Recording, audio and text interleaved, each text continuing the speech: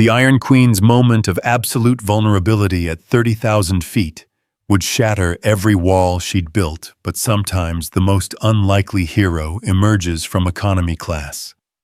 When CEO Evelyn Hartman's crying baby turns a first-class cabin into her personal nightmare, a mysterious single father's shocking intervention doesn't just silence the chaos, it changes everything. Stay with me until the end of this incredible true story, and comment your city so I can see how far this tale of unexpected love has traveled across the world. The Gulfstream G650's engines hummed with the kind of quiet luxury that money could buy, but tonight, that silence had been shattered by the one sound that no amount of wealth could control: a baby's relentless crying. Evelyn Hartman, the woman Forbes had dubbed the Iron Queen of Wall Street, sat frozen in her leather seat, her usual composure cracking like ice under pressure. "Shh, Noah, please," she whispered desperately, bouncing her 4-month-old son against her shoulder. Her Armani blazer was wrinkled beyond recognition. Her perfectly styled hair had come undone, and mascara threatened to streak down her cheeks. This wasn't how Evelyn Hartman was supposed to look. This wasn't how she was supposed to feel. The other first-class passengers weren't bothering to hide their irritation anymore. She could feel their stares boring into her back, like laser beams could hear the subtle sighs and not-so-subtle whispers. The elderly man in 2A had already pressed his call button twice, and the woman across the aisle kept shooting her looks that could freeze hell itself. "Ma'am," the flight attendant approached with a strained smile, "is there anything I can do to help?" Evelyn looked up, and her green eyes glassy with unshed tears. "I've tried everything," she said, her voice barely above a whisper. "He won't stop. He just won't stop." The truth was, Evelyn had no idea what she was doing. 6 months ago, she'd been running a billion-dollar hedge fund, commanding boardrooms full of men twice her age making decisions that moved markets. Now she couldn't even calm her own child. The irony wasn't lost on her. She could manipulate stock prices with a single phone call, but she was powerless against her son's tears. Noah's cries intensified, his tiny face red and scrunched with whatever infant anguish possessed him. Evelyn felt her own breathing becoming shallow, panic creeping up her throat like a living thing. She'd fired people for showing less composure than she was displaying right now. "Maybe try walking him to the back," the flight attendant suggested gently, though Evelyn could see the desperation in her eyes, too. The crew was getting complaints, and this was a 2.5-hour flight. They'd only been airborne for 40 minutes. Evelyn nodded numbly and stood swaying slightly as she adjusted to holding Noah while moving.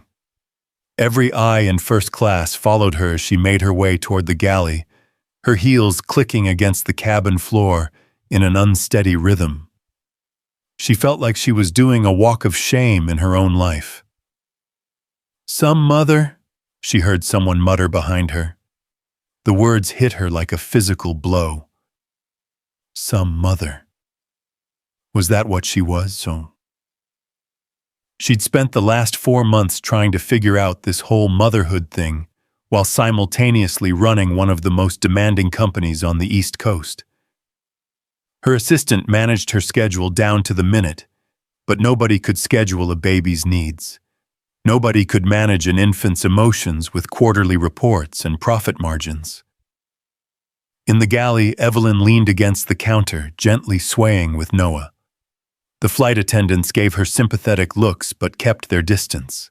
She could hear the murmurs from the cabin growing louder and more frustrated by the minute. "He's probably hungry," offered Sarah, the head flight attendant, a kind woman in her 50s who'd clearly seen it all. "I fed him before we boarded," Evelyn replied, her voice hollow. "And again, 20 minutes ago. He hates flying, I think. He hates being confined. He hates—" She stopped herself before she could say what she was really thinking. "He hates me." The thought had been lurking in the shadows of her mind for weeks now. Every time Noah cried when she held him, but calmed for Mrs. Rodriguez, the nanny. Every time he seemed to sense her anxiety and mirror it back tenfold. Every time she looked at his perfect little face and felt like a fraud. She'd built her empire on confidence, on never showing weakness, on always having the answer. But there was no boardroom strategy for this, no hostile takeover manual for a screaming infant, no quarterly projections that could predict when your child would decide to have a meltdown at 30,000 feet. Mrs. Hartman, Sarah's voice was gentle. Why don't you try sitting with him in the jump seat for a few minutes? Sometimes the change of scenery helps. Evelyn was about to respond when Noah's crying suddenly escalated to a pitch that seemed to vibrate through the entire aircraft. She felt her last thread of composure snap. I don't know what to do, she admitted, her voice breaking. I don't know how to fix this. I don't know how to fix any of this. It was the first time in her adult life that Evelyn Hartman had publicly admitted she didn't have control of a situation. The woman who'd never shown weakness, who'd built her reputation on being unflappable, was falling apart in an airplane galley while her son screamed in her arms. Ma'am? Another voice interrupted, and Evelyn looked up to see a man standing at the entrance to the galley. He was tall, with kind brown eyes and hands that looked like they'd done real work. He wore jeans and a simple button-down shirt, and everything about him screamed economy class. But his presence somehow filled the small space with a calm energy that seemed to make even Noah's cries sound less desperate. I'm sorry to intrude, he said, his voice carrying a slight southern accent. But I couldn't help but notice you're having a rough time. I'm Daniel, and I've got a little one myself. Would you mind if I tried something? Evelyn stared at him, her brain struggling to process this deviation from the script. Passengers didn't just walk up to first class. Strangers didn't offer to help with your crying baby. This wasn't how her world worked. I don't understand, she managed. Daniel stepped closer, his movements slow and non-threatening. I know it's unusual, but I've got some experience with fussy babies. Sometimes a fresh perspective helps. Would you trust me for just a minute? Trust. Such a simple word, but it felt foreign in Evelyn's mouth. She'd built her career on not trusting anyone, on maintaining control at all costs. But here she was, holding her screaming son, while first-class passengers probably plotted her assassination, and this stranger was offering help with no apparent agenda. What would you do? She asked hesitantly. Well, first I'd check if he's too warm or too cold. Sometimes babies cry because they're uncomfortable in ways we don't think about. Then maybe try a different position. See if he likes being held facing out, so he can see what's going on. And if that doesn't work... Daniel smiled, and for the first time all day, Evelyn felt a flicker of hope. I've got a secret weapon. The flight attendants were watching this exchange with fascination. This wasn't in any manual they'd ever read, but something about Daniel's presence seemed to have already affected Noah. His cries had softened from desperate screams to frustrated whimpers. Okay, Evelyn heard herself saying. Okay, yes, please. Daniel moved closer, and Evelyn found herself studying his face as he gently reached for Noah. There were lines around his eyes that spoke of laughter and worry in equal measure. His hands were steady, confident, but not in the aggressive way she was used to from the men in her professional world. This was quiet confidence earned through experience rather than demanded through power. Hey there, little man, Daniel said softly as he took Noah into his arms. His voice immediately dropped to a register that seemed designed specifically for soothing infants. What's got you so upset, huh? Noah's crying didn't stop immediately, but something shifted. Daniel held him facing outward, one large hand supporting his chest, the other cradling his back. He began a gentle swaying motion that seemed to come from his entire body, not just his arms. Sometimes they just need to see the world from a different angle, Daniel explained quietly to Evelyn. When my daughter Lila was about his age, she'd get these crying fits that would go on for hours. Nothing would help until I figured out she was bored. She wanted to see what was happening around her, not just stare at the ceiling. "You have a daughter?" Evelyn found herself asking, though she wasn't sure why it mattered. "I do. She's 5 now, sitting back in 23B, probably wondering why Daddy abandoned her to help a stranger." Daniel's smile was rueful but warm. "But she understands. We've both been in situations where we needed help from unexpected places." There was something in the way he said it that made Evelyn suspect there was a much deeper story there, but Noah's cries were continuing to subside. He wasn't quiet yet, but the desperate edge was gone, replaced by the kind of fussing that suggested negotiation rather than crisis. "How are you doing that?" Evelyn whispered, afraid that speaking too loudly might break whatever spell Daniel was weaving. "Honestly, I'm not sure. Every baby is different. But Noah here—" Daniel adjusted his hold slightly, and Noah turned his head to look up at him with wide, curious eyes. "I think he's just overwhelmed. Look around. This is a lot of stimulation for a little guy. Bright lights, engine noise, strange smells, lots of people. And he can probably sense that you're stressed, which makes him stressed." Evelyn felt a stab of guilt. "So it is my fault." "No." Daniel's voice was firm but kind. "It's nobody's fault. Babies cry. It's literally their only way of communicating. But sometimes they pick up on our emotions and amplify them. It's not your fault, but recognizing it can help." As if to prove Daniel's point, Noah let out a small sigh and settled more comfortably in his arms. The change was so dramatic that Evelyn wondered if this stranger had some kind of magical powers.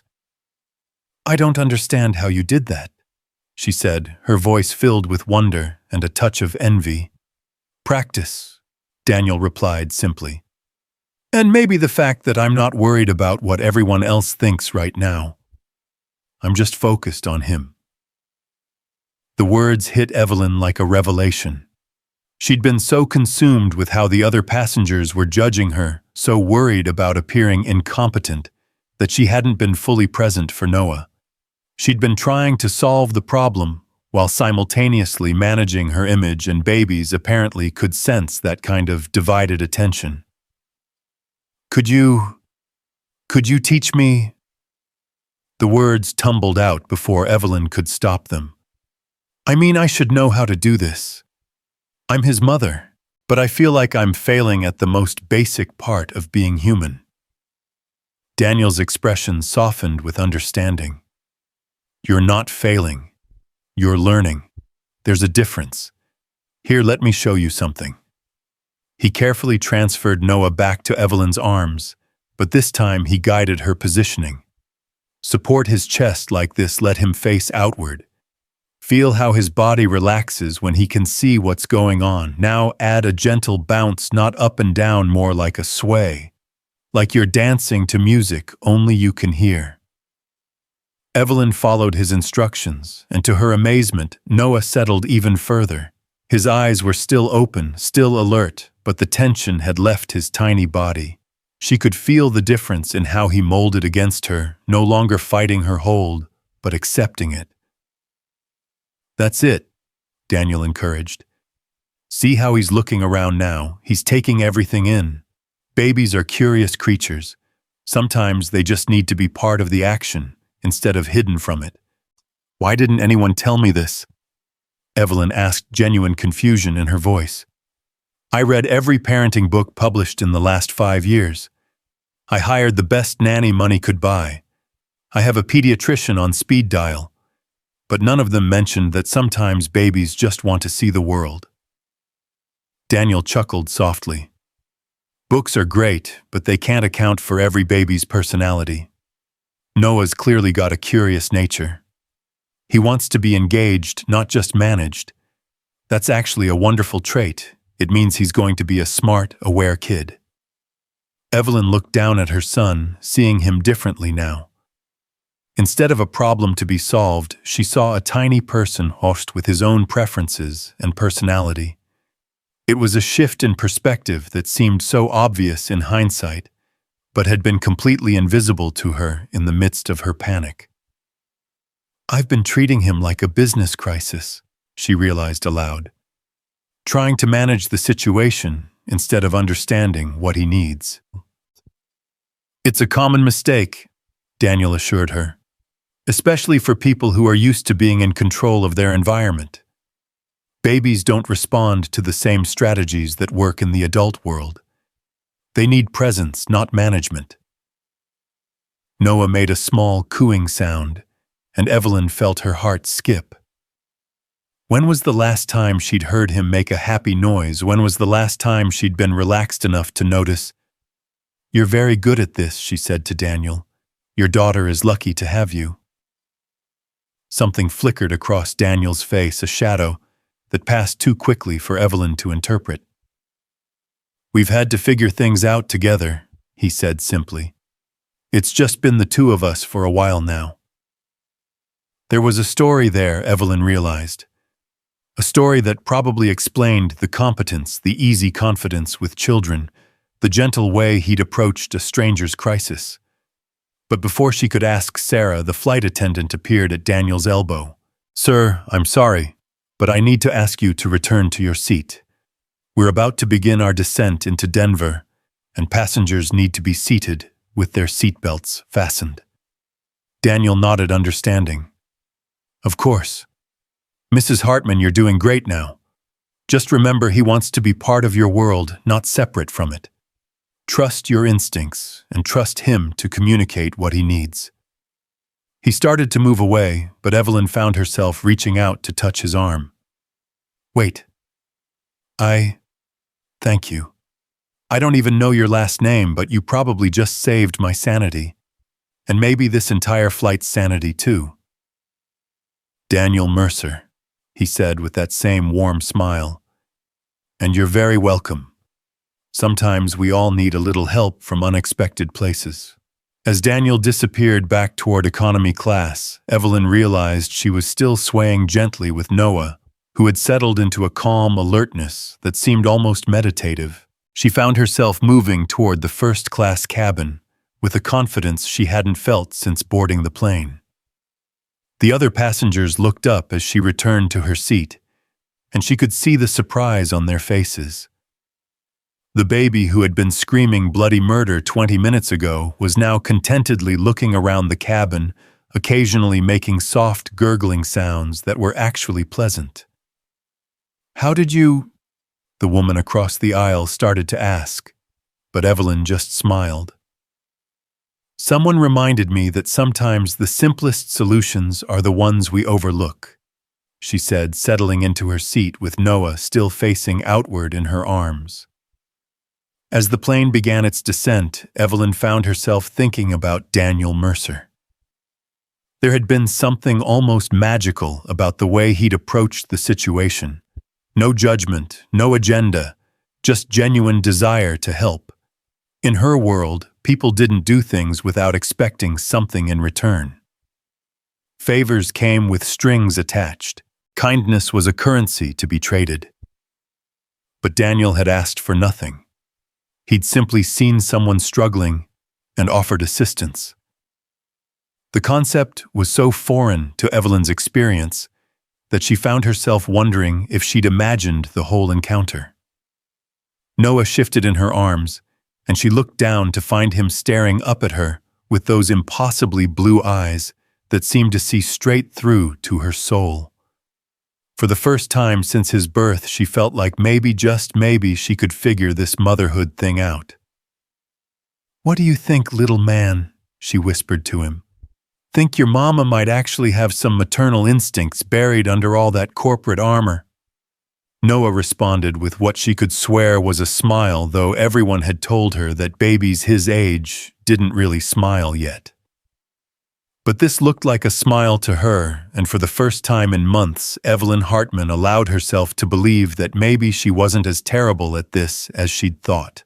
The plane touched down smoothly, and as the other passengers began gathering their belongings, Evelyn realized she was genuinely disappointed that the flight was over. For the first time since Noah's birth, she felt like she'd had a breakthrough. She felt like maybe she could be the mother he deserved, not just the one who happened to give birth to him. As passengers began filing off the plane, Evelyn found herself scanning the faces for Daniel Mercer. She wanted to thank him again, to somehow express how much his simple act of kindness had meant. But in the chaos of deplaning, she lost sight of him. It wasn't until she was in the terminal waiting for her driver that she realized she'd never even asked why he'd been so confident about helping with Noah. She'd been so grateful for the assistance that she hadn't thought to question it. Now, holding her content baby and feeling more capable than she had in months, she found herself curious about the story behind Daniel Mercer's gentle expertise. Little did she know that story would soon become intertwined with her own in ways she never could have imagined. The man who'd saved her sanity at 30,000 feet was about to become much more than a guardian angel on a difficult flight. He was about to become the key to unlocking a version of herself she'd never known existed. But that revelation was still hours away. For now, Evelyn Hartman stood in Denver International Airport, holding her peacefully alert son, and for the first time since becoming a mother, she felt like maybe she could handle whatever came next. The Iron Queen of Wall Street had learned her first lesson in vulnerability, though she didn't yet understand the transformation that single moment of accepting help would trigger. She didn't know that sometimes the most powerful thing a person can do is admit they don't have all the answers. And she certainly didn't know that fate was already weaving the threads that would bring Daniel Mercer back into her life in the most unexpected way possible. 3 weeks after the flight that changed everything, Evelyn found herself standing in the gleaming lobby of Hartman Capital, but her mind kept drifting back to that moment when a stranger's kindness had shattered her carefully constructed walls. Noah was with Mrs. Rodriguez at home, probably having his afternoon nap, while she tried to focus on the quarterly projections spread across her mahogany desk.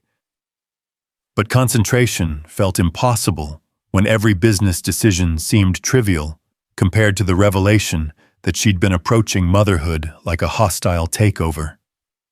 Her assistant knocked and entered without waiting for permission, a privilege earned through 5 years of managing Evelyn's impossible schedule. "Your 3 p.m. is here." The Patterson Group representatives. Evelyn nodded, straightening her shoulders and slipping back into her professional armor. The Patterson Group wanted to invest $200 million in her latest tech fund, and normally this kind of meeting would have her blood singing with anticipation. Today, she just felt tired. The meeting proceeded exactly as she'd expected. 3 men in expensive suits who spoke in percentages and projections, who saw dollar signs where she increasingly saw the hours away from Noah. She found herself wondering what Daniel Mercer did for work, whether he had the luxury of bringing his daughter to the office, whether he ever felt this crushing weight of trying to be everything to everyone. "Mrs. Hartman," the lead investor's voice cut through her wandering thoughts. "We were asking about your risk assessment strategy for the emerging markets portfolio." Evelyn blinked, realizing she'd been staring out the window instead of listening. This never happened. She was famous for her laser focus, her ability to process complex financial data while simultaneously planning 3 steps ahead. But today her mind kept returning to a gentle southern accent and steady hands that had somehow calmed her son when she couldn't. "Of course," she recovered smoothly, launching into the presentation she could give in her sleep. But even as she spoke, part of her was calculating how long it would take to get home, wondering if Noah would smile at her, the way he had on the plane, hoping that moment of connection hadn't been a fluke. The investors left satisfied, contracts signed, another victory for the Iron Queen. But as Evelyn sat alone in her office afterward, the triumph felt hollow. She'd built this empire to prove something to herself, to the men who'd tried to keep her out of their boardrooms, to a world that still questioned whether women could play at the highest levels of finance. But lately, success felt more like a cage than a crown. Her phone buzzed with a text from Mrs. Rodriguez. Noah took his first bottle without fussing. He's smiling more today. Whatever you did on that flight seems to have helped. Evelyn stared at the message, feeling a complex mix of pride and guilt. She hadn't done anything on that flight except nearly have a breakdown. Daniel Mercer had been the one to help to show her a different way of seeing her son. And now Noah was thriving, but she was still here in her office at 7 p.m. missing bedtime again. She made an impulsive decision, something the old Evelyn never would have done. She canceled her dinner meeting, ignored the stack of contracts waiting for review, and headed home to Denver's Cherry Creek neighborhood, where her pristine townhouse stood like a monument to successful solitude. Mrs. Rodriguez looked surprised when Evelyn walked through the door before 8 o'clock. "You're early. Noah just finished his bath. He's in the nursery." Evelyn climbed the stairs with unusual anticipation, pushing open the door to find Noah lying on his changing table, clean and content in his pajamas. When he saw her, his face lit up with what she was now certain was genuine recognition and joy. "Hey, little man," she said softly, using Daniel's phrase without thinking. "How was your day?" She picked him up automatically, adjusting her hold to face him outward the way Daniel had shown her. Noah settled against her immediately, his tiny hand reaching up to grab a strand of her hair. "Mrs. Rodriguez," Evelyn called down the hallway, "you can go home early tonight. I've got this." The surprise in her nanny's voice was audible. "Are you sure he usually gets fussy around this time?" "I'm sure," Evelyn said with more confidence than she felt. "We'll figure it out together." For the next 2 hours, Evelyn experienced something she'd never had before: uninterrupted time with her son. She read to him from a board book about farm animals making exaggerated moo and oink sounds that made him laugh. Actual delighted baby laughter that filled her chest with warmth. She gave him a bottle while walking around the house, pointing out pictures and plants, and explaining her day in the same gentle tone Daniel had used.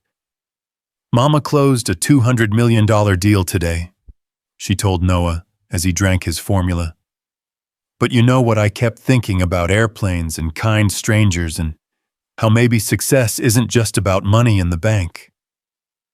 Noah's eyes were heavy with sleep, but he seemed to be listening. Evelyn found herself continuing the one-sided conversation as she rocked him gently. "There was something about that man, Noah. Something that made me think maybe I've been doing everything the hard way. Maybe being strong doesn't mean never accepting help."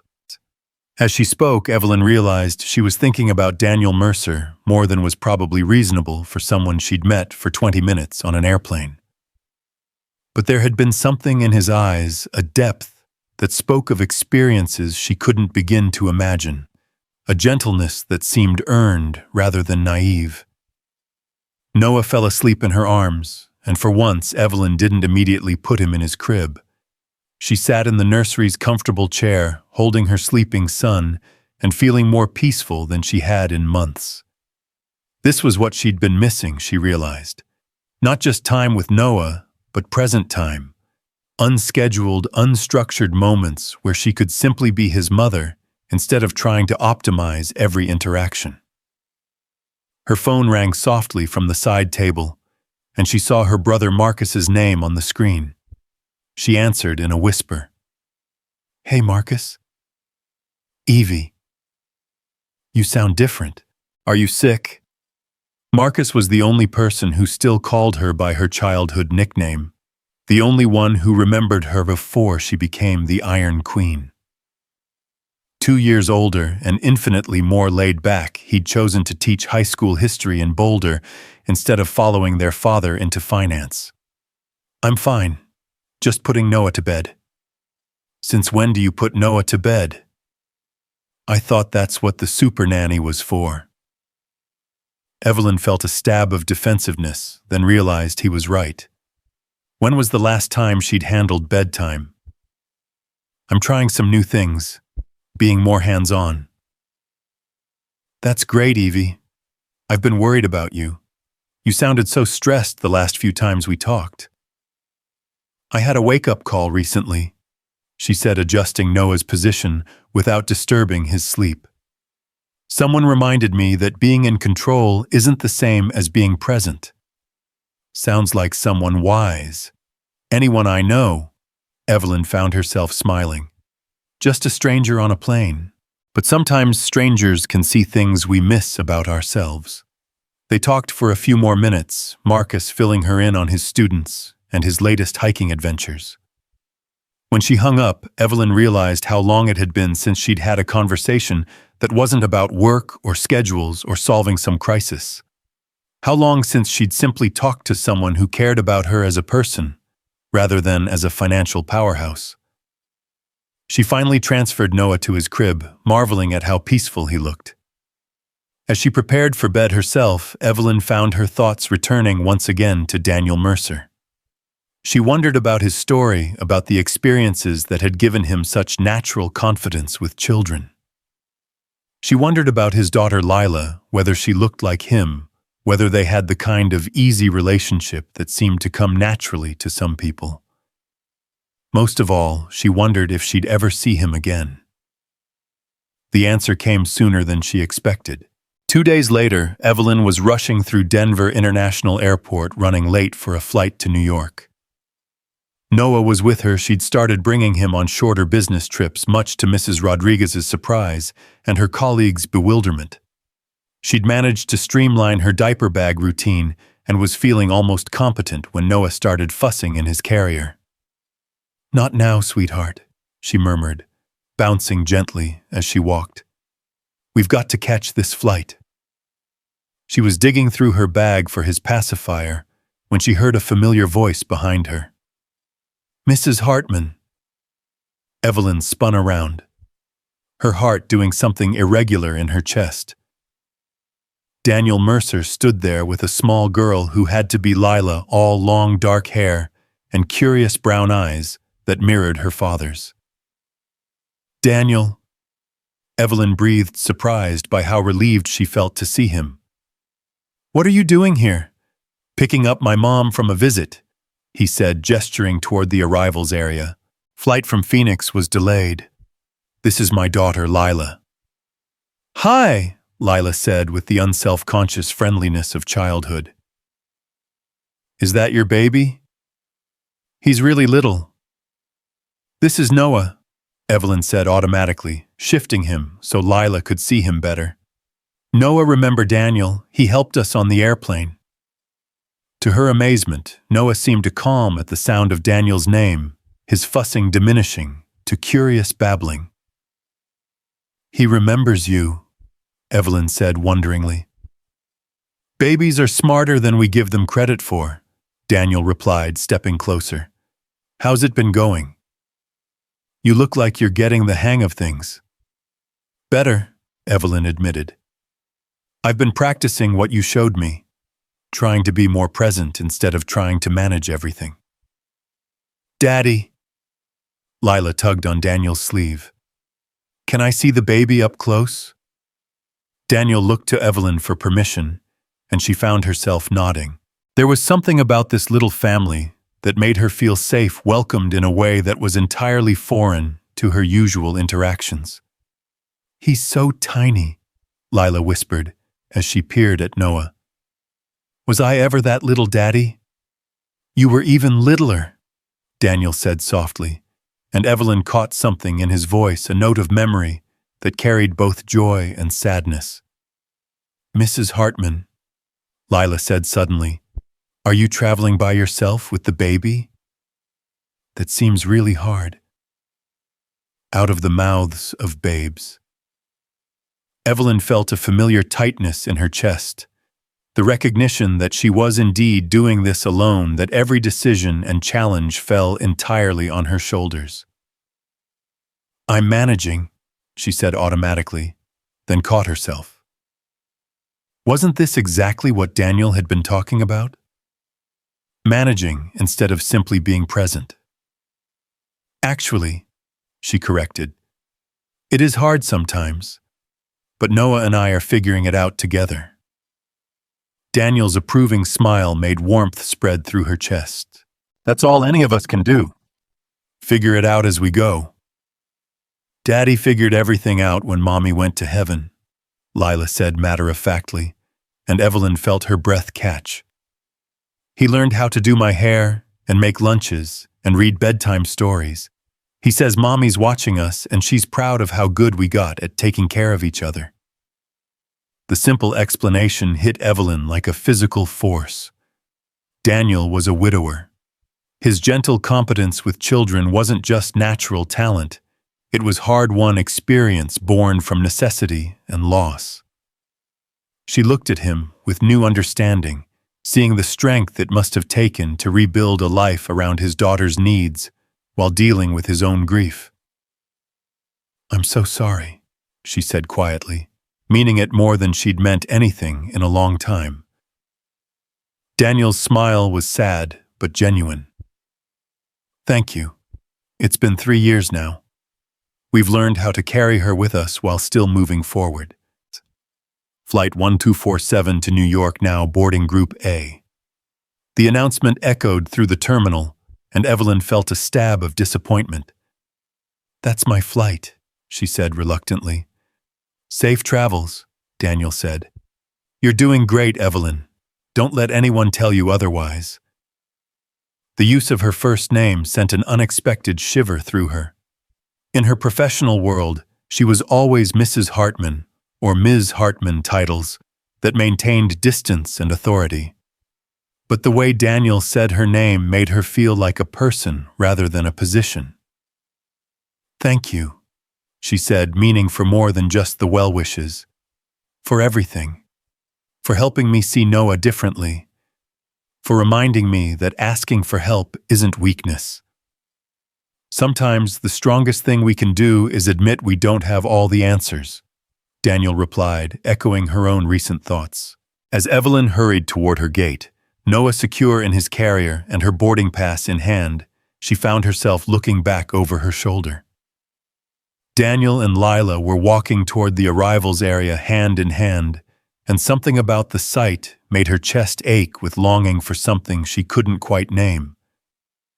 On the flight to New York, Noah slept peacefully for the first time ever on an airplane, and Evelyn found herself thinking about second chances and unexpected connections. She thought about Daniel's quiet strength, about the way he'd rebuilt his life around love and loss. She thought about Lila's matter-of-fact acceptance of life's challenges and her obvious adoration for her father. Most of all, she thought about the feeling she'd had standing in that airport terminal, like she'd found something she hadn't even known she was looking for. The New York meetings went better than expected, partly because Evelyn felt more centered than she had in months. She'd started each day with uninterrupted time with Noah, feeding him breakfast and talking through her agenda while he listened with serious concentration. She'd discovered that he was an excellent listener, never interrupting with demands for quarterly projections or market analysis. On the flight back to Denver, Noah fussed only briefly during takeoff, and Evelyn found herself automatically adjusting to the swaying motion Daniel had taught her, facing Noah outward so he could observe the other passengers.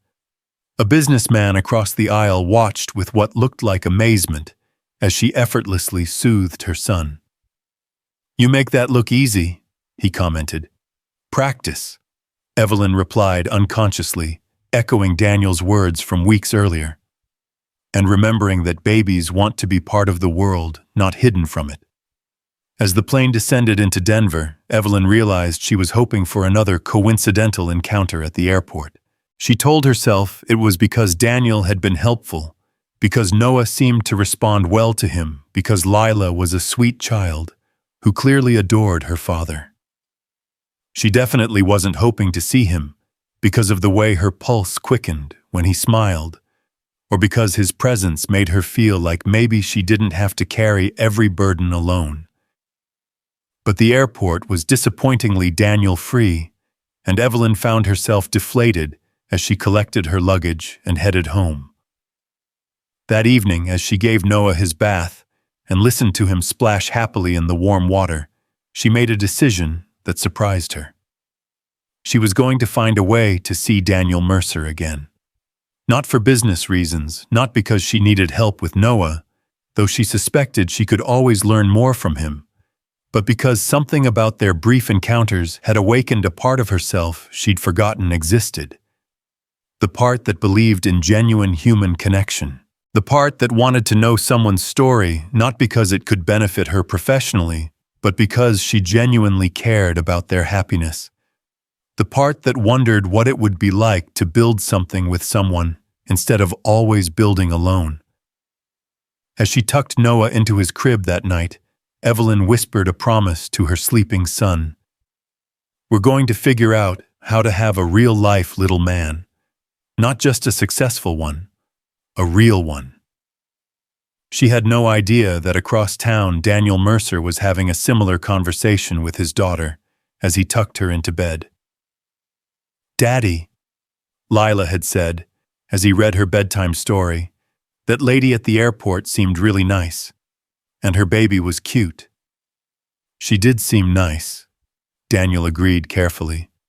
She looked sad, though, like maybe she doesn't have many friends. Daniel's heart clenched at his daughter's perceptiveness. "Sometimes grown-ups have complicated lives, sweetheart. It can be hard to make time for friendships." "Maybe we could be her friends," Lila suggested with the straightforward problem-solving approach of childhood. "You always say everyone needs friends." Daniel had kissed his daughter's forehead and promised to think about it, but as he sat in his living room afterward, he found himself doing more than thinking. He was remembering the vulnerability in Evelyn's eyes that first night on the plane, the way she'd lit up when Noah responded positively to their second encounter, the strength he sensed beneath her obvious exhaustion. He was remembering, too, the promise he'd made to himself after Sarah's death, that he wouldn't let fear keep him from living fully, that he owed it to both Lila and Sarah's memory to remain open to the unexpected gifts life might offer. Neither Daniel nor Evelyn slept particularly well that night, both of them wondering if they'd let something important slip away in an airport terminal, both of them hoping that fate might offer them another chance to find out what that something might be. The chance Evelyn had been unconsciously hoping for came in the most unexpected way possible 3 weeks after their airport encounter. She was sitting in her office reviewing quarterly reports when her assistant buzzed through with unusual excitement in her voice. "Mrs. Hartman, there's a situation at the Cherry Creek Community Center. They're saying there's been some kind of accident during their fundraising event, and they need immediate financial assistance. The director is asking if you might consider an emergency donation." Evelyn frowned. She regularly contributed to various charities, but emergency requests usually went through proper channels with detailed proposals. "What kind of accident?" "Something about their heating system failing during a children's event. Apparently there are families stranded there with young children, and they need to relocate everyone quickly. The director mentioned they've reached out to several major donors, but most aren't available on such short notice." Something about the mention of children and families in distress struck a chord in Evelyn's chest.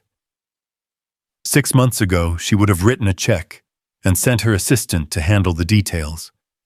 But now, with Noah sleeping peacefully in his travel carrier beside her desk, she'd started bringing him to the office on quiet afternoons. She felt compelled to see the situation herself. "Tell them I'll be there in 20 minutes, she heard herself saying, "and have the car brought around." The Cherry Creek Community Center was a modest building tucked between upscale shops and restaurants, the kind of place Evelyn normally wouldn't notice despite driving past it regularly. When she arrived, she could see the problem immediately. Families with small children were gathered outside in the November cold, their breath visible in small clouds as parents tried to keep their kids warm. Inside, the situation was controlled chaos. The heating system hadn't just failed, it had apparently released some kind of gas that required evacuation until repairs could be completed. Evelyn found the director, a harried-looking woman in her 50s, trying to coordinate with what appeared to be maintenance crews and concerned parents simultaneously. Mrs. Hartman, the director's relief was palpable. "Thank you so much for coming. I'm Janet Morrison. We're in a real bind here. The fundraiser was supposed to run until 6, but we had to evacuate at 2. We've got 40 families who were counting on the full event. Plus, we need to find an alternative space for the children's programs that were scheduled for the rest of the week." Evelyn surveyed the scene, her business mind automatically calculating logistics and solutions. But before she could respond, a familiar voice cut through the noise. "Janet, I've got the community room at my church available, but we'll need help moving the craft supplies and—" Daniel Mercer stopped mid-sentence when he spotted Evelyn across the room. "Evelyn." Her heart did that irregular flutter again, but this time she was too focused on the crisis to be self-conscious about it. "Daniel, you're involved with the center." "Lila and I volunteer here every Saturday," he said, moving closer. "We were setting up for the art activity when the evacuation started. Are you here as a donor?" "Emergency funding request." Evelyn confirmed, then found herself asking, "What do you think they need most right now?" It was such an automatic question that she didn't realize how unusual it was until after she'd asked it. In her professional world, she gathered information and made decisions independently. She didn't typically ask for other people's assessments of situations. But something about Daniel's presence made her want his perspective. "Immediate space for today's activities," Daniel said without hesitation. These families planned their whole Saturday around this event. A lot of the parents are single mothers who were counting on the childcare aspect while they attended the fundraising workshops. Then we need temporary space for next week's programs while the repairs happen. After that, probably upgrading the heating system so this doesn't happen again. Evelyn nodded, appreciating the practical breakdown. "The church space you mentioned, how much could it accommodate?" "Maybe 25 kids comfortably. We'd need another location for the overflow." Mrs. Hartman, Janet Morrison, had appeared beside them looking desperately hopeful. "I hate to put you on the spot, but we really need to make some decisions quickly. The children are getting restless, and some families are talking about just going home." Evelyn looked around the room, taking in the scene with new eyes. She saw Lila helping a younger child gather scattered crayons, her serious concentration, reminding Evelyn of Noah's intense focus when he was discovering something new. She saw parents trying to manage disappointed children while dealing with their own frustration at disrupted plans. She saw Daniel quietly organizing other volunteers to pack up art supplies, his calm presence creating order in the midst of chaos. "I'll cover the emergency costs," she said decisively. "Alternative space rental for today, temporary accommodations for next week's programs, and the heating system upgrade. But I want to be involved in the planning, not just write a check." Janet's eyes widened. "Involved how?" "I want to understand what this place means to the community," Evelyn said, surprising herself with the admission. "I want to know why it matters enough that families would stand outside in the cold rather than just go home." Daniel was watching her with an expression she couldn't quite read. "You could start by helping us move the activities to the church," he suggested. "Get a first-hand look at what we're trying to preserve."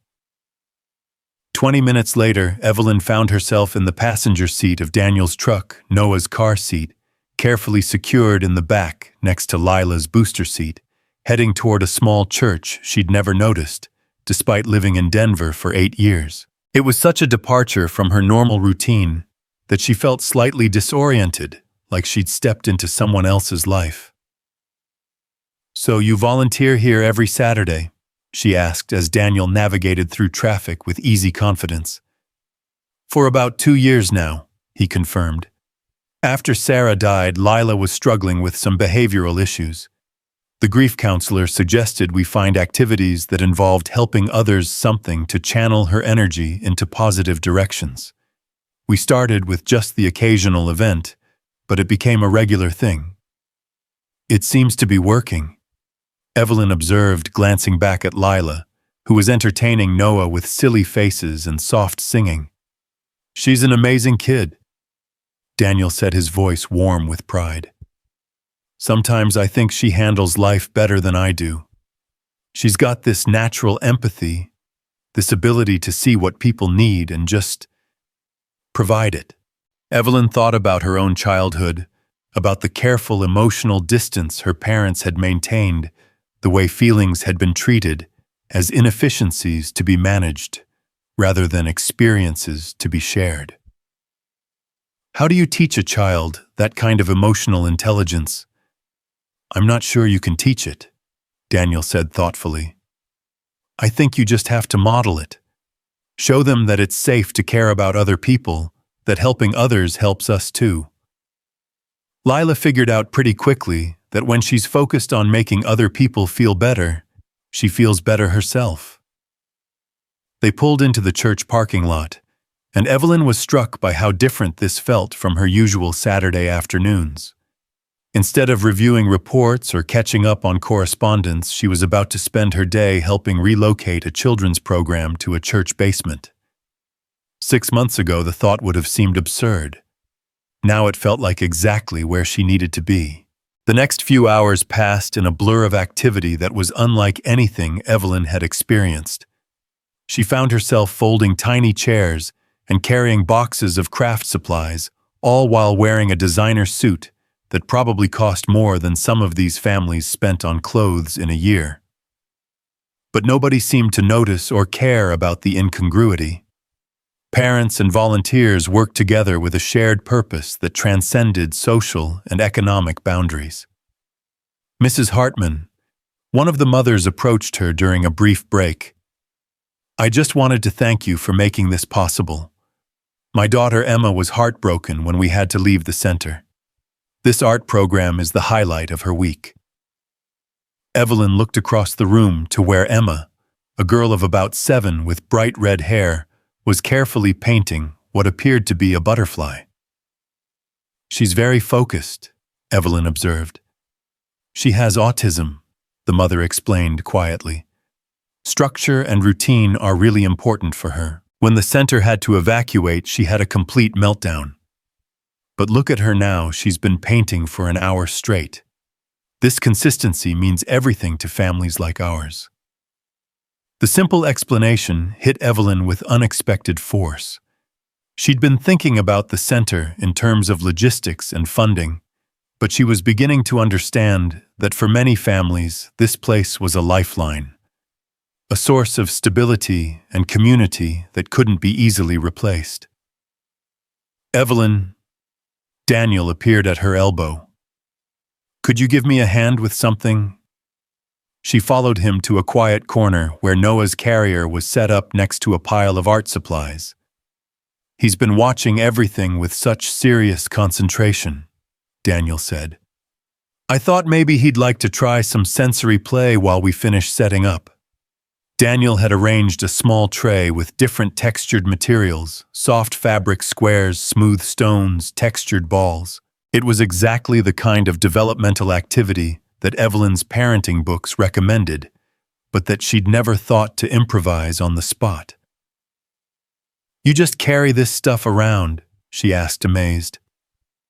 "Occupational hazard of hanging around kids all the time," Daniel said with a grin. "You learn to think like them. Everything becomes a potential toy or learning experience."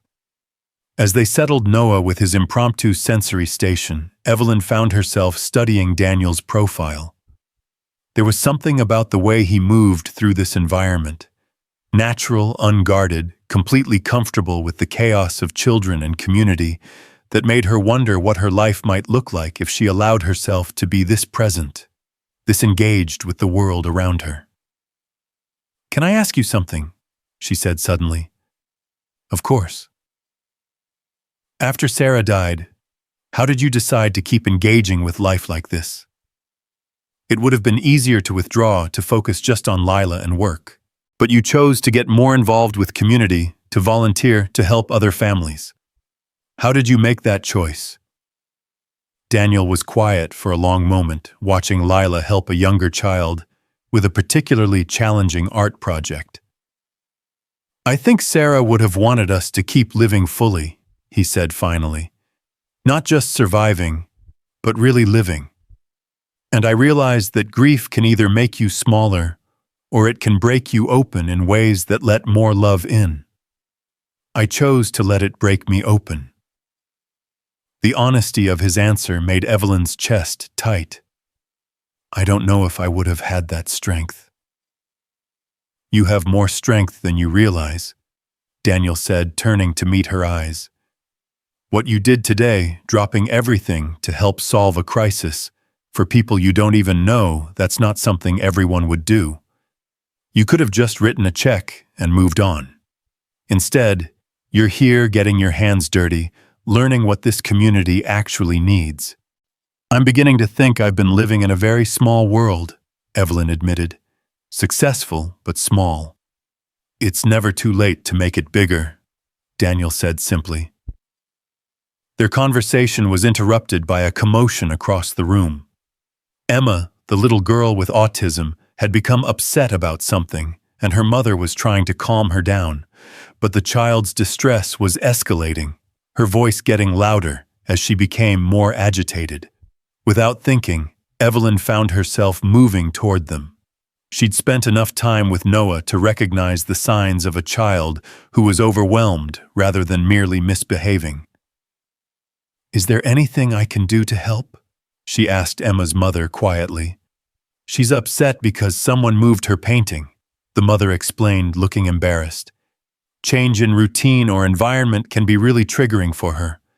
I'm sorry, I should probably take her home." "No, don't go," Evelyn said, surprised by her own urgency. "Let me try something." She knelt down to Emma's eye level, remembering techniques she'd read about in her research on child development. "Emma, I'm Evelyn. I see that you're upset about your painting. Can you show me where it was before it got moved?" Emma's sobs slowed slightly as she pointed to a spot on the table that was now occupied by someone else's project. Evelyn nodded seriously. "That's frustrating when things aren't where we expect them to be," she acknowledged. "Would it help if we found a special space just for your painting, a place where nobody else will put their things?" Emma considered this proposal, her breathing gradually returning to normal. "A special space just for me, just for you," Evelyn confirmed.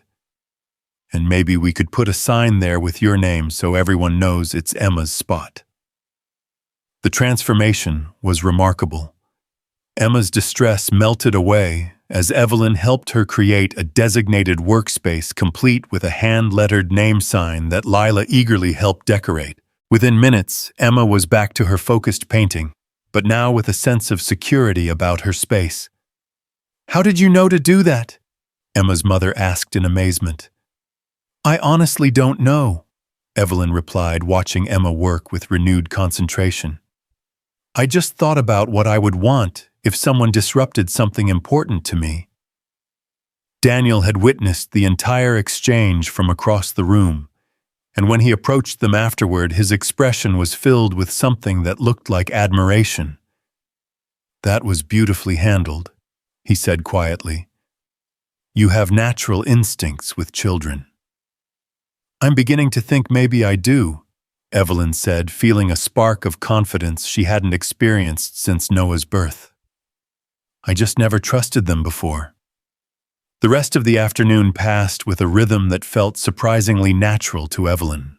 She found herself moving between helping with logistics, engaging with the children, and having genuine conversations with parents from all different backgrounds. She learned about Emma's mother's struggles to find autism-friendly activities, about a single father who brought his twin boys every Saturday because it was the only place they could afford for enrichment activities, about elderly volunteers who found purpose in helping young families. By the time they were cleaning up, Evelyn realized she'd spent 6 hours completely absorbed in something that had nothing to do with profit margins or market analysis, and she couldn't remember the last time she'd felt this energized by spending her day helping other people. Janet Morrison approached as they packed up the last of the supplies. "I can't thank you enough for today. Not just the financial support, but for really being here. You've made a huge difference." "I think I'm the one who benefited most," Evelyn said honestly. "This community center, it's special, isn't it? It's not just a place for activities, it's where people build connections." "That's exactly what it is," Janet agreed. "We're trying to create a space where families can be supported, where children can learn and grow, where community happens naturally. It's why today's crisis was so scary. We couldn't bear the thought of losing that." As they prepared to leave, Lila approached Evelyn with shy confidence. "Mrs. Hartman, thank you for helping today. And thank you for being nice to Emma. She was really scared and you made her feel better." "Thank you for including Noah in your games," Evelyn replied. "He had a wonderful time watching you and the other children." "Maybe you could come back next Saturday," Lila suggested hopefully. "We're going to do a project about families and Noah could be part of it." Evelyn looked at Daniel, who was carefully not influencing his daughter's invitation, but was watching Evelyn's response with obvious interest. "I think I'd like that very much," Evelyn heard herself saying. "Noah and I will be here." On the drive back to get her car, Noah dozed peacefully in his seat, while Lila chattered about the day's events. Evelyn found herself relaxed in a way that seemed almost foreign, listening to a 5-year-old's perspective on art projects and new friends with genuine interest. "Daddy," Lila said, as they pulled into the community center parking lot. "I think Mrs. Hartman had fun today. She smiled a lot more than when we first met her." "I think you're right, sweetheart," Daniel replied, glancing at Evelyn with warmth in his eyes.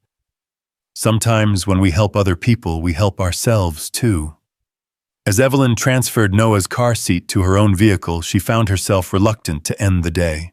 There was something about being part of Daniel and Lila's world that made her feel more like herself than she had in years. "Thank you," she said to Daniel, as he made sure Noah's seat was properly secured, "for letting me be part of this today, for showing me what community actually looks like." "Thank you for jumping in with both feet," Daniel replied. "It takes courage to step outside your comfort zone like that." "I'm discovering that my comfort zone might have been more like a prison," Evelyn admitted. "Today felt like freedom." They stood there for a moment in the parking lot, Noah sleeping peacefully between them, Lila humming quietly to herself in Daniel's truck.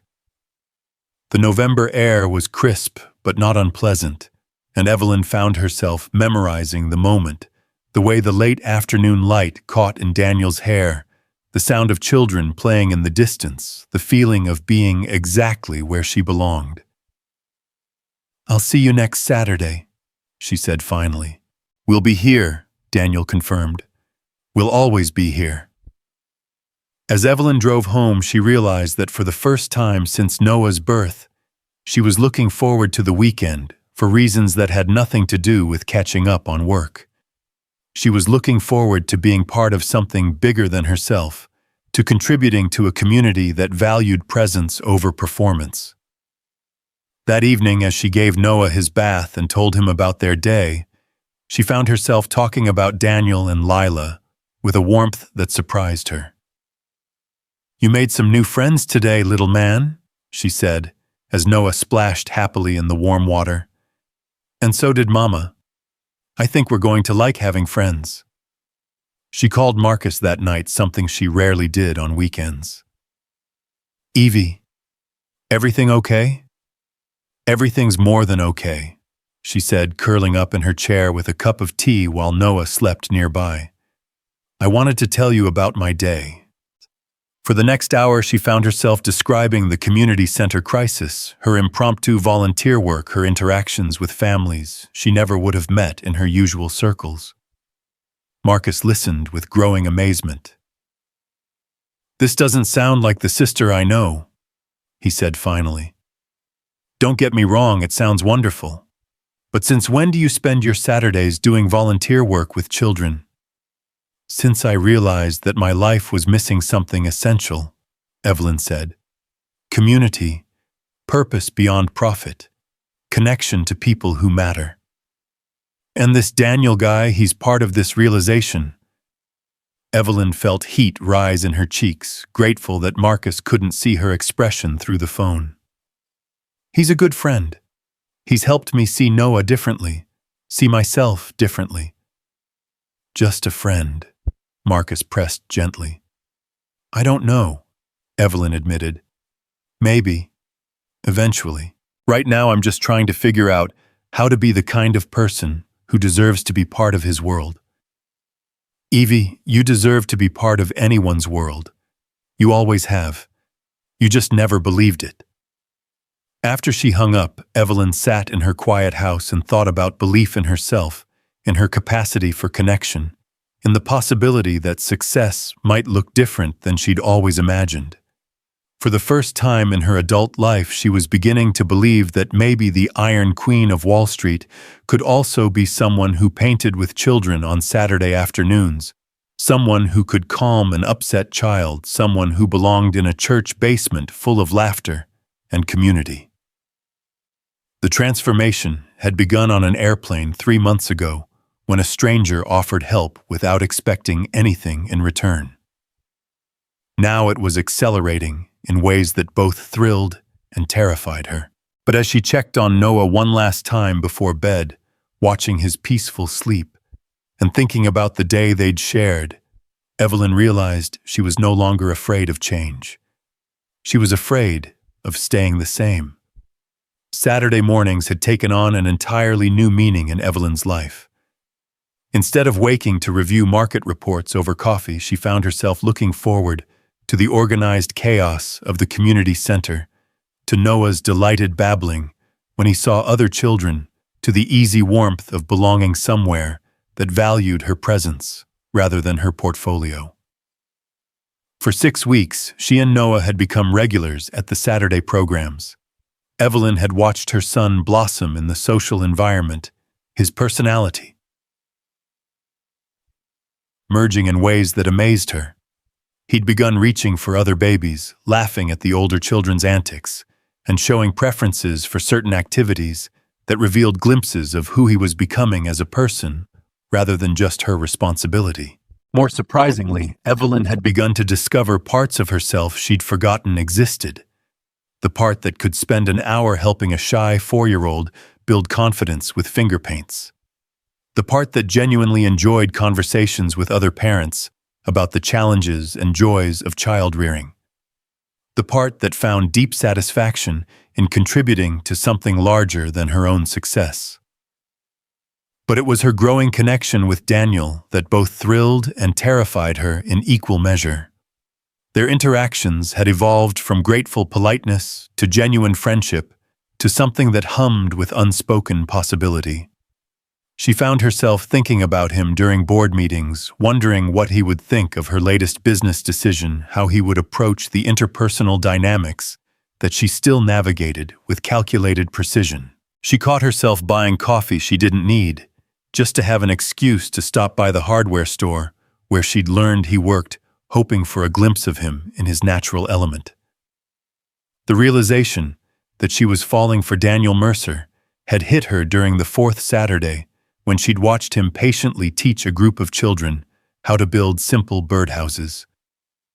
His hands had moved with quiet competence, guiding small fingers, without taking over, celebrating each crooked nail, an uneven cut as evidence of learning rather than failure. The tenderness in his interactions, the way he made each child feel capable and valued, had made something in Evelyn's chest crack open with longing. She wanted to be part of that gentleness. She wanted to learn how to move through the world with that kind of open-hearted confidence. Most of all, she wanted to know what it would feel like to be looked at the way Daniel looked at the people he cared about, with complete attention and unconditional acceptance. But wanting and having were different things, especially when your entire identity had been built around emotional self-sufficiency and professional achievement. Evelyn had never learned how to be vulnerable with another adult, never practiced the delicate dance of romantic interest, never navigated the complexity of blending lives rather than managing them separately. The crisis that would force her to confront these fears came on a Saturday in January, when winter had settled over Denver with the kind of biting cold that made even the shortest exposure uncomfortable. Evelyn arrived at the community center that morning to find Daniel's truck absent from its usual parking spot. After 6 weeks of routine, his absence felt immediately wrong, like a note missing from a familiar song. Inside, Janet Morrison looked harried as she tried to coordinate the day's activities without her most reliable volunteer. "Is Daniel sick?" Evelyn asked, trying to keep her concern casual as she settled Noah in his carrier. "Family emergency," Janet replied distractedly.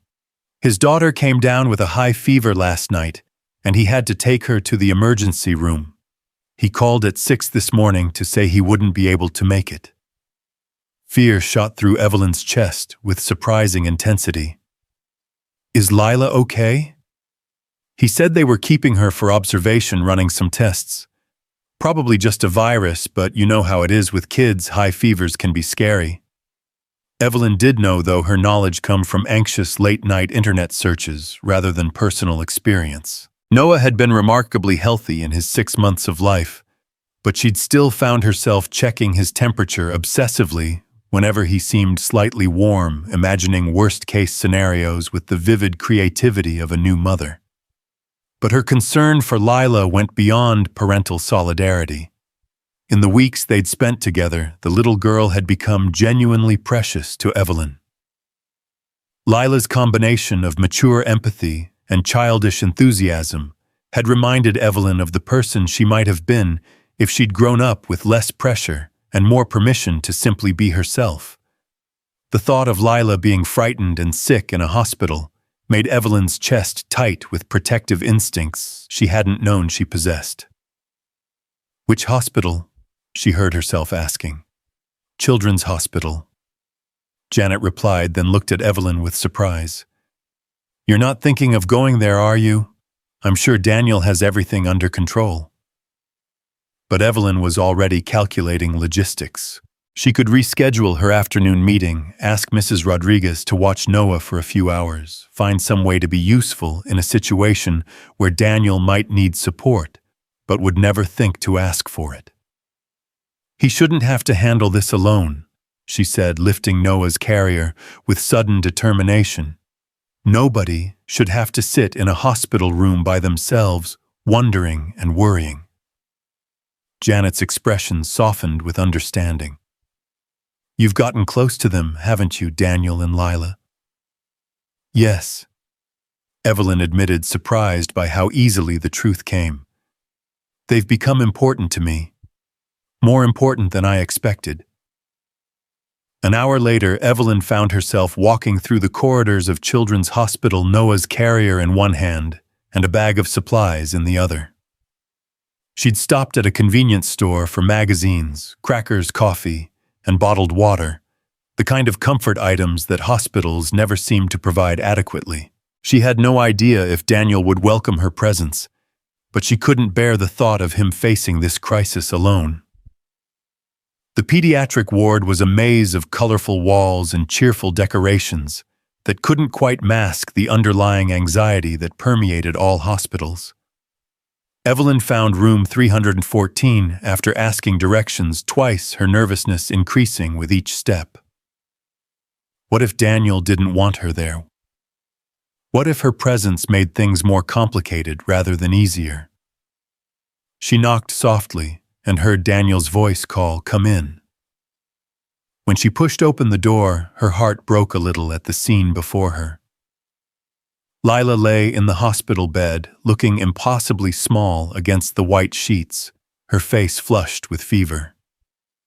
Daniel sat beside her in an uncomfortable chair, his hair disheveled and his clothes rumpled from what had clearly been a sleepless night. His expression when he saw Evelyn was a mixture of surprise, relief, and something that might have been gratitude. "Evelyn," he said softly, standing as she entered. "What are you doing here?"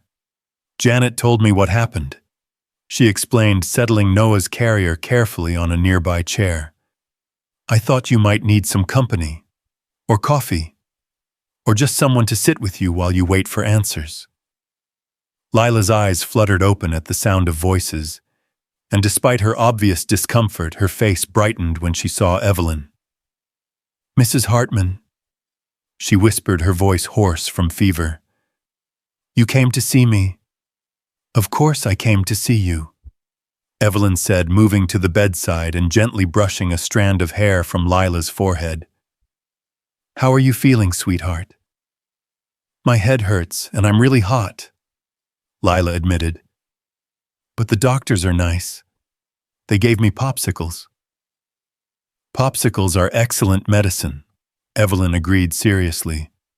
"What flavor?" "Cherry. Daddy said I could have as many as I want until the fever breaks." Evelyn looked at Daniel, reading the exhaustion and worry in his posture. "Have you gotten any sleep? Eaten anything?" "I dozed a little in the chair," Daniel said, rubbing his eyes. "They brought her in around midnight when her fever hit 104. We've been here ever since." "Daddy was scared," Lila said matter-of-factly. "He kept checking my temperature and talking really fast to the doctors. But I told him it's okay because Mommy's watching us from heaven, and she won't let anything really bad happen." The simple faith in her words made Evelyn's eyes sting with unshed tears. She looked at Daniel and saw him struggling with the same emotion, pride in his daughter's resilience mixed with the terrifying helplessness of being unable to fix what was wrong. "The doctors think it's just a virus," Daniel explained to Evelyn. "But they want to keep her for observation until the fever breaks and stays down. Could be another day or two." "Then you need to take care of yourself so you can take care of her," Evelyn said with gentle firmness. "When's the last time you had a real meal?" "I don't remember," Daniel admitted. "There's a cafeteria downstairs. Go get something to eat. I'll stay with Lila." Daniel shook his head immediately. "I can't leave her. What if something happens? What if she needs something?" "Daddy." Lila's voice was weak but insistent. "Mrs. Hartman can take care of me for a little while. She's really good at taking care of people. Look how much better Noah is now." The observation struck Evelyn as remarkably perceptive for a sick 5-year-old. Was she good at taking care of people? She'd never thought of herself that way, but perhaps Lila saw something that Evelyn herself was only beginning to recognize. "I promise I won't leave her side," Evelyn said to Daniel. "And I'll call you immediately if anything changes. You need food and maybe a few minutes to breathe. You can't help her if you collapse from exhaustion." It took another 10 minutes of gentle persuasion, but eventually Daniel agreed to go downstairs for 20 minutes. The moment he left, Evelyn realized she was alone with a sick child for the first time in her life, responsible for someone else's most precious person. The weight of that trust was both terrifying and oddly comforting. "Mrs. Hartman," Lila said quietly, "are you and Daddy going to be boyfriend and girlfriend?" The directness of the question caught Evelyn completely off guard. "Why would you ask that, sweetheart?" Because you look at each other the way people do in movies when they like each other. And because Daddy smiles more when you're around. And because you came to the hospital even though you didn't have to. Evelyn sat down in Daniel's vacated chair, marveling at the emotional intelligence of this small person. Would that be okay with you if your daddy and I liked each other that way? Lila considered this seriously. I think so. You're nice and you make Noah happy and you helped Emma that day when she was scared. Plus, Daddy gets lonely sometimes. He thinks I don't notice, but I do. He gets lonely. Sometimes I hear him talking to Mommy's picture after he thinks I'm asleep. Lila explained with the matter-of-fact acceptance children often showed toward profound emotions. He tells her about our day and asks her what he should do about stuff. I think he misses having a grown-up to talk to. The image of Daniel sitting alone in the dark, seeking guidance from his deceased wife's photograph, made Evelyn's heart ache with tenderness. She was beginning to understand that his strength wasn't the absence of vulnerability, it was the courage to keep loving fully, despite the risk of loss. What about you? Evelyn asked gently. Do you get lonely too? Sometimes, Lila admitted. I remember when Mommy used to do girl things with me, like painting my nails and braiding my hair. Daddy tries, but he's not very good at girl things. And sometimes I want to talk about feelings, but boys don't always understand feelings the same way. Evelyn felt something shift inside her chest, a recognition of need that she might actually be qualified to meet. She'd spent so much time thinking about what Daniel and Lila could bring to her life that she hadn't considered what she might be able to offer them. Would you like me to braid your hair sometime? She offered. I'm a little out of practice, but I think I remember how. Lila's face lit up despite her fever. Really, you would do that? I would love to do that, Evelyn said, and realized she meant it completely. We could have girl time, maybe paint our nails and talk about feelings. That would be the best, Lila said, settling back against her pillows with a contented sigh. I think Mommy would like you. She always said Daddy deserved someone special. Before Evelyn could respond to that profound statement, Noah began fussing in his carrier. She lifted him out automatically, adjusting his position to face outward so he could see what was happening around him. His presence seemed to fascinate Lila, who watched his every movement with the intense interest of a child discovering something new. Can I hold him? Lila asked. I'll be really careful. Evelyn hesitated for a moment. Lila was sick after all, but something about the longing in the little girl's voice convinced her that this was exactly what both children needed. She carefully settled Noah in Lila's arms, supporting both children as they examined each other with mutual curiosity. He's so little, Lila whispered in wonder. Was I ever this little? Everyone was this little once, Evelyn said softly. Hard to believe, isn't it? He likes me, Lila announced with satisfaction as Noah reached up to grab a strand of her hair. Look, he's trying to play with me. Watching the two children interact, Evelyn felt a surge of emotion so powerful it took her breath away.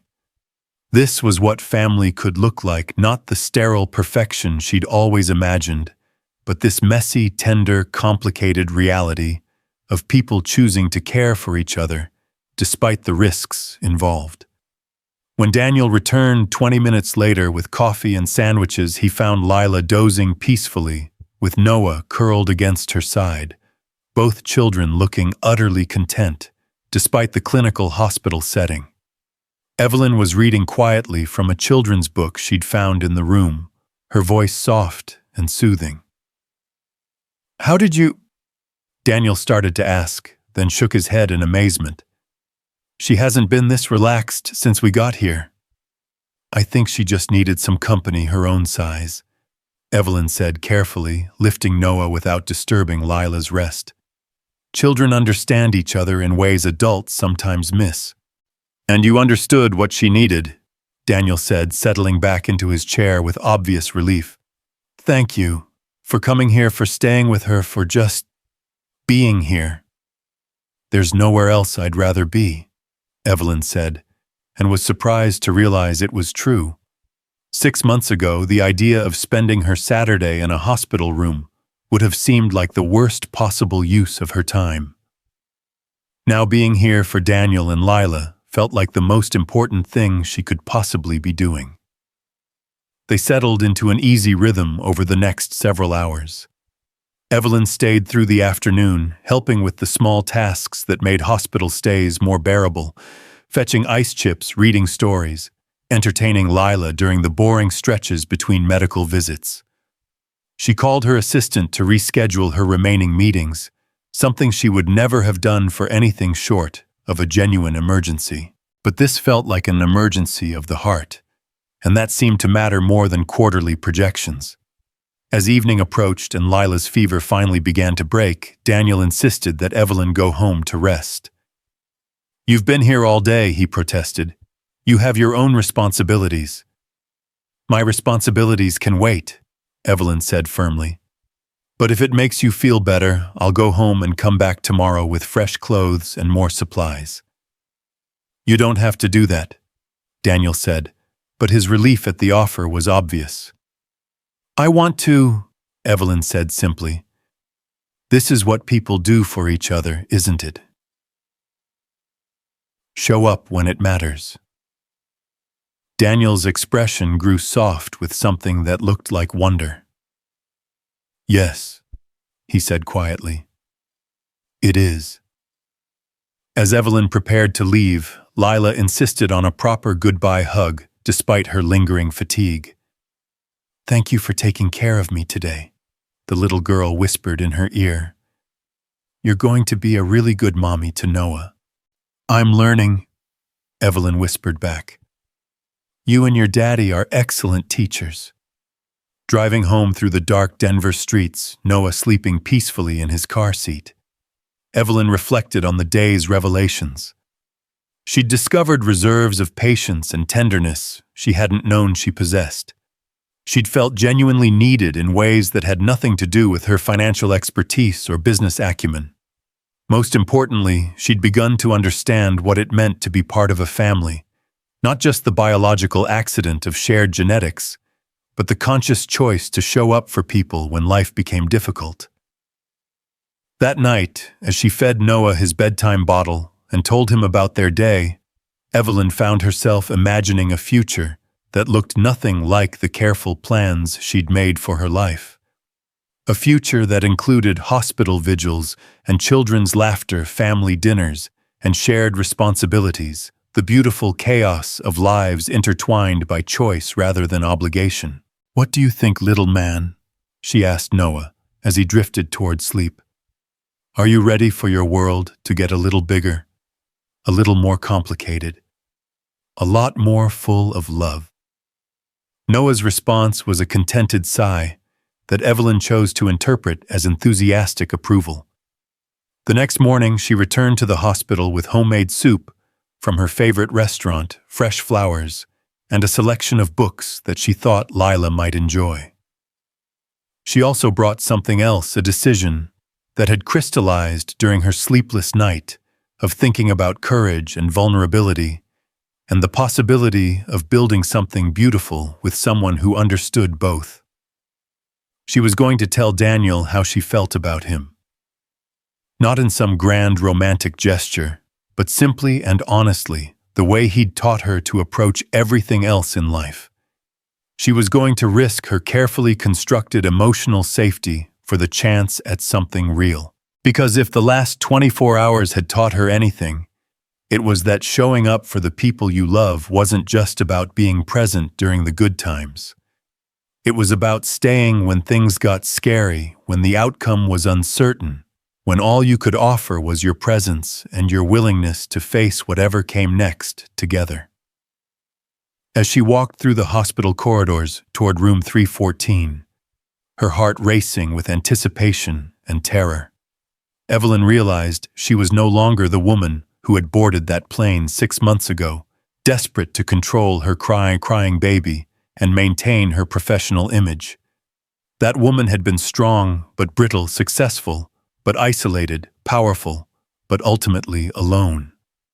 This woman, the one carrying soup and flowers to a sick child, the one ready to risk her heart for the possibility of love, this woman was learning what real strength looked like. It looked like vulnerability chosen consciously, like connection pursued, despite the possibility of loss, like love offered without guarantees. It looked like Daniel Mercer's steady hands and gentle voice, like Lila's infectious joy, and unconscious wisdom like Noah's trusting weight in her arms, and his delighted laughter when he saw friendly faces. It looked like family in all its messy, terrifying, absolutely essential glory. When she reached Lila's room and heard the sound of quiet laughter through the partially open door, Evelyn paused for a moment to gather her courage. Then she knocked softly and stepped into whatever came next, ready to find out whether the life she was beginning to imagine might actually be possible. The transformation that had begun at 30,000 feet was about to reach its most crucial moment, and for the first time in her adult life, Evelyn Hartman was prepared to let her heart lead instead of her head. The soft knock on room 314's door felt like the most important sound Evelyn had ever made. When Daniel's voice called for her to enter, she stepped through the doorway carrying soup flowers and a heart full of words she'd never spoken to anyone.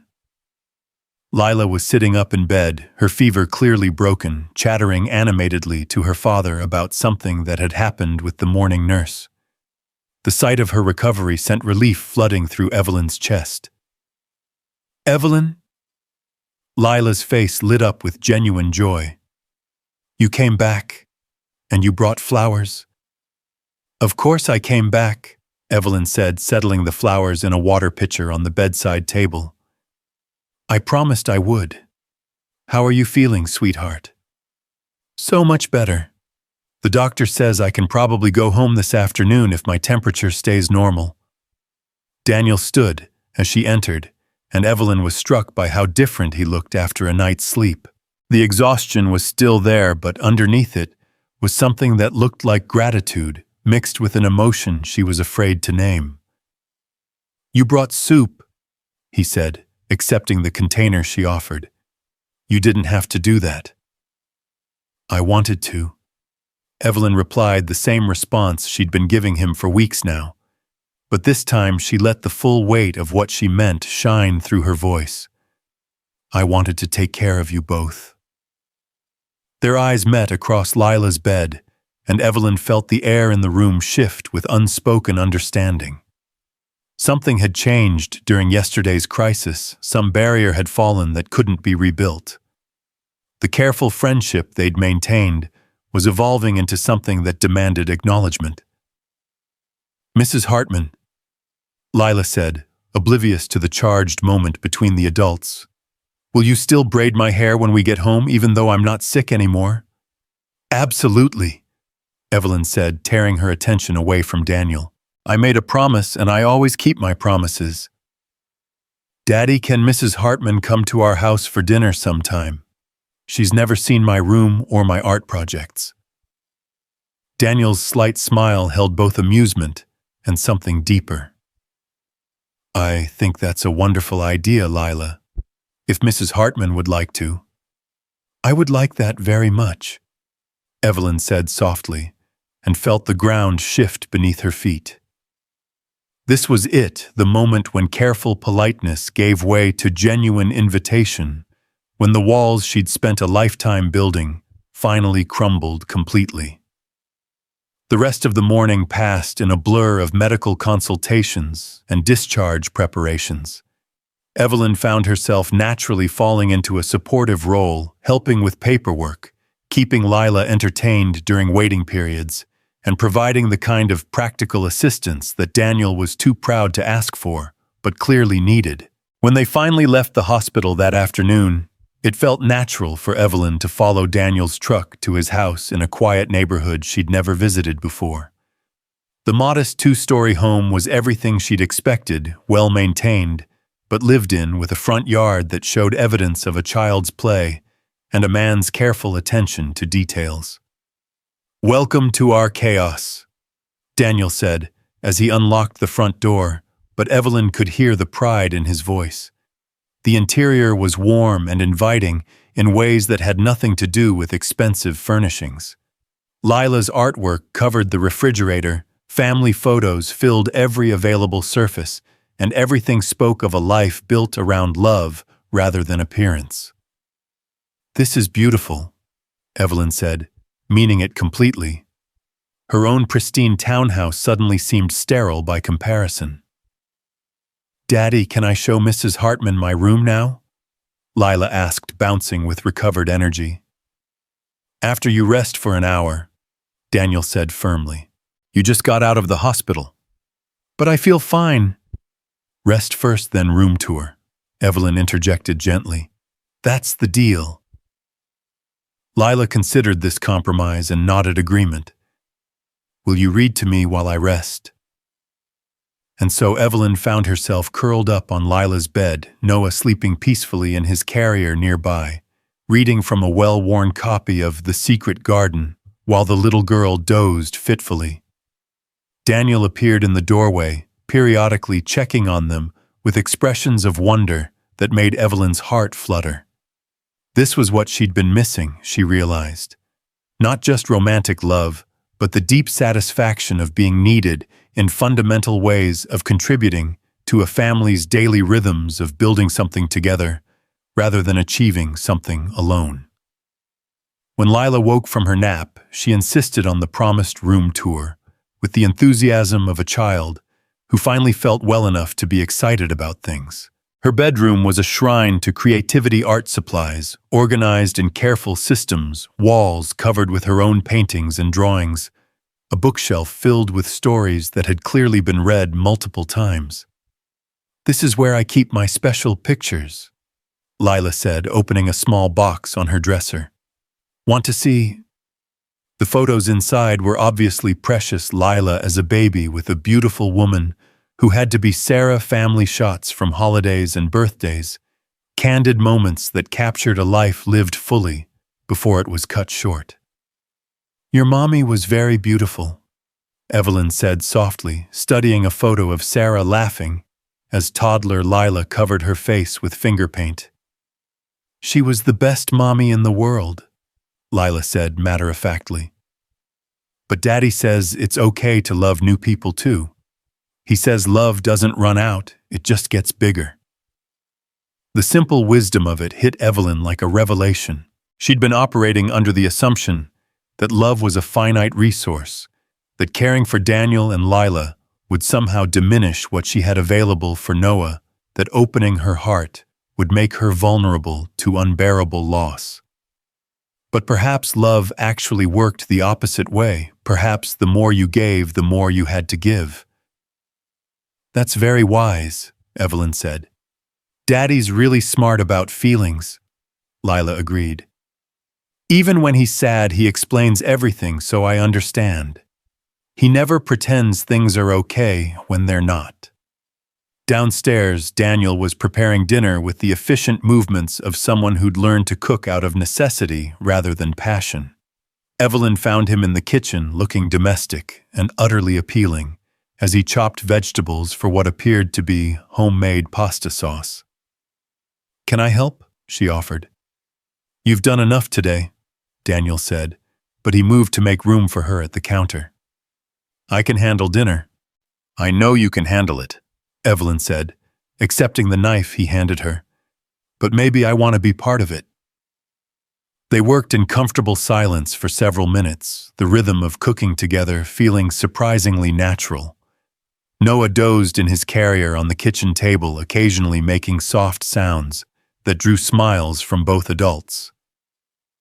"Evelyn," Daniel said suddenly, his voice careful. "Can I ask you something?" "Of course." "Yesterday at the hospital, that wasn't just kindness, was it?" "I mean, it was kind, but it was more than that." Evelyn's hands stilled on the tomato she was dicing. This was the moment she'd been preparing for the conversation that would either open the door to everything she wanted or close it forever. "No," she said quietly. "It wasn't just kindness." Daniel turned to face her fully, his brown eyes serious and searching. "What was it then?" Evelyn set down her knife and turned to meet his gaze, drawing on every ounce of courage she'd developed over the past months. "It was love, Daniel. I'm in love with you, with both of you, with this life you've built, with the way you move through the world, with the possibility of being part of something real and messy and beautiful." The words hung in the air between them, and Evelyn felt her heart hammering against her ribs as she waited for his response. "I was hoping you'd say that," Daniel said softly, stepping closer. "Because I've been falling for you since that first night on the airplane, and yesterday confirmed what I already knew. I want you in our lives, Evelyn. Not just as a friend, not just as someone we see on Saturdays. I want you to be part of our family." "Even though I don't know what I'm doing?" Evelyn asked, her voice barely above a whisper. "Even though I'm still figuring out how to be a mother to Noah, let alone a stepmother to Lila." "Especially because of that," Daniel said, reaching out to frame her face with gentle hands. "You're learning to love without trying to control the outcome. You're discovering what it means to be present instead of perfect. That's exactly what Lila and I need, someone who's brave enough to grow with us." "Are you sure?" Evelyn asked, leaning into his touch. "I'm not exactly the typical choice for a single father. I work too much. I overthink everything. I'm just learning how to prioritize people over profits." "You stayed in a hospital room all day with a sick child who isn't yours," Daniel said gently. "You've spent months showing up for us without any guarantee of what you'd get in return. You've let Noah become friends with a 5-year-old girl, and you've let that same little girl help you discover parts of yourself you didn't know existed. You think too much sometimes, yes, but you love with your whole heart once you decide to trust someone. That's not typical, it's extraordinary." When he kissed her, it felt like coming home to a place she'd never been before. Gentle and sure, patient and passionate, it tasted like possibility and promises, and the kind of future she'd stopped believing in years ago. "Ew, Daddy's kissing Mrs. Hartman." Lila's delighted voice broke them apart, and they turned to find her standing in the kitchen doorway with a grin that could have powered the entire house. "Is that okay with you, sweetheart?" Daniel asked, his arm still around Evelyn's waist. "It's perfect," Lila announced. "Does this mean Mrs. Hartman is going to be part of our family now?" Evelyn looked at Daniel, who nodded encouragingly. "If that's what everyone wants," she said carefully, "then yes, I'd love to be part of your family." "Yes!" Lila pumped her fist in the air. "Can I call you Mom, Evelyn? Or just Mom? What do you want me to call you?" The question hit Evelyn with unexpected emotion. She'd never imagined being called Mom by anyone except Noah, had never considered that love could expand to include children who came into your life through choice rather than biology. "Whatever feels right to you," she managed, her voice thick with tears. "I just want you to be comfortable and happy." "I think Mom Evelyn for now," Lila decided seriously. "Until it feels normal to say just Mom." "Mom Evelyn sounds perfect," Evelyn agreed and realized she meant it completely. Dinner that night was a revelation in domestic happiness. They ate Daniel's surprisingly excellent pasta sauce while Lila chattered about wedding plans and whether Noah would be her brother now, and if they could get a dog to complete their family. Daniel and Evelyn exchanged amused glances over her head, both marveling at how quickly a 5-year-old could reorganize the universe to accommodate new realities. "Slow down, sweetheart," Daniel laughed. We're just starting to figure things out. But you love each other, right? Lila pressed. And we're going to be a family. Yes and yes, Evelyn said, reaching across the table to squeeze the little girl's hand. But families take time to blend together properly. We want to make sure we do everything right. How long does blending take? Lila asked. However long it takes, Daniel said wisely. Some things can't be rushed. After dinner, they moved to the living room where Noah had his evening bottle while Lila showed off her latest art projects. The scene was so perfectly ordinary and extraordinarily wonderful that Evelyn had to blink back tears of gratitude. I need to ask you something, she said to Daniel during a quiet moment while Lila was in the bathroom. About Sarah. I don't want to replace her or compete with her memory. I want to honor what you had while building something new. Daniel's expression grew soft with appreciation. Sarah would have liked you, he said simply. She always said she wanted Lila and me to find happiness again if something happened to her. She would have loved watching you discover what an amazing mother you are. I'm still learning, Evelyn protested. We all are, Daniel replied. That's what makes it an adventure. When it came time for Evelyn to leave that evening, Lila insisted on a proper good-night routine that included stories, hugs, and detailed plans for the next day's activities. Will you come back tomorrow? She asked, as Evelyn tucked her into bed. If you want me to, Evelyn said. I want you to come back every day, Lila said seriously, forever and ever. That might be possible to arrange, Evelyn said, kissing her forehead. Sweet dreams, sweetheart.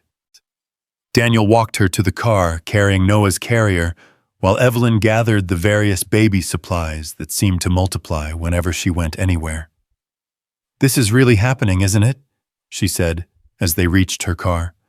We're really going to try to build something together. If you want to, Daniel said. I know it's complicated.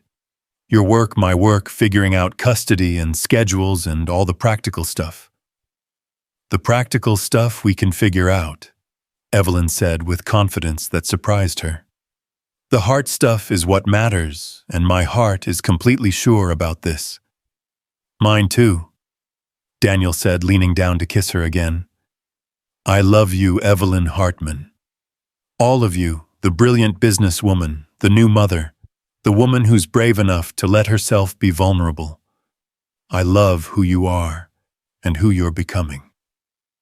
I love you too, Evelyn whispered against his lips. Both of you. This whole beautiful life you've created.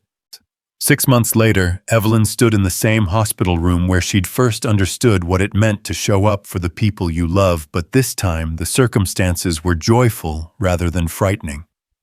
She was holding her 3-day-old daughter, Emma Rose, named for the little girl with autism, who had taught Evelyn that sometimes the simplest kindness could change everything. Daniel sat beside the hospital bed, Lila curled up against his side as she gazed in wonder at her new baby sister. Noah, now a year old, and walking with the determined wobble of new mobility, was being entertained by Marcus, who had driven down from Boulder the moment he heard his sister had gone into labor. She's so tiny, Lila whispered, her voice filled with reverence. Tinier than Noah was when we first met him.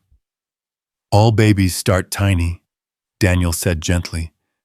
That's what makes them so special. They trust us to help them grow. We're going to be the best big siblings ever, Lila announced with characteristic confidence. Right, Noah? Noah, who had recently mastered the word baby and used it to describe everything from his stuffed animals to passing dogs, pointed at Emma and said, baby, baby. Delighted Sean. That's right, buddy, Evelyn said, marveling at how naturally Noah had adapted to his expanding family. Your baby sister. The past 6 months had been a whirlwind of changes that would have terrified the old Evelyn, but felt like natural evolution to the woman she'd become.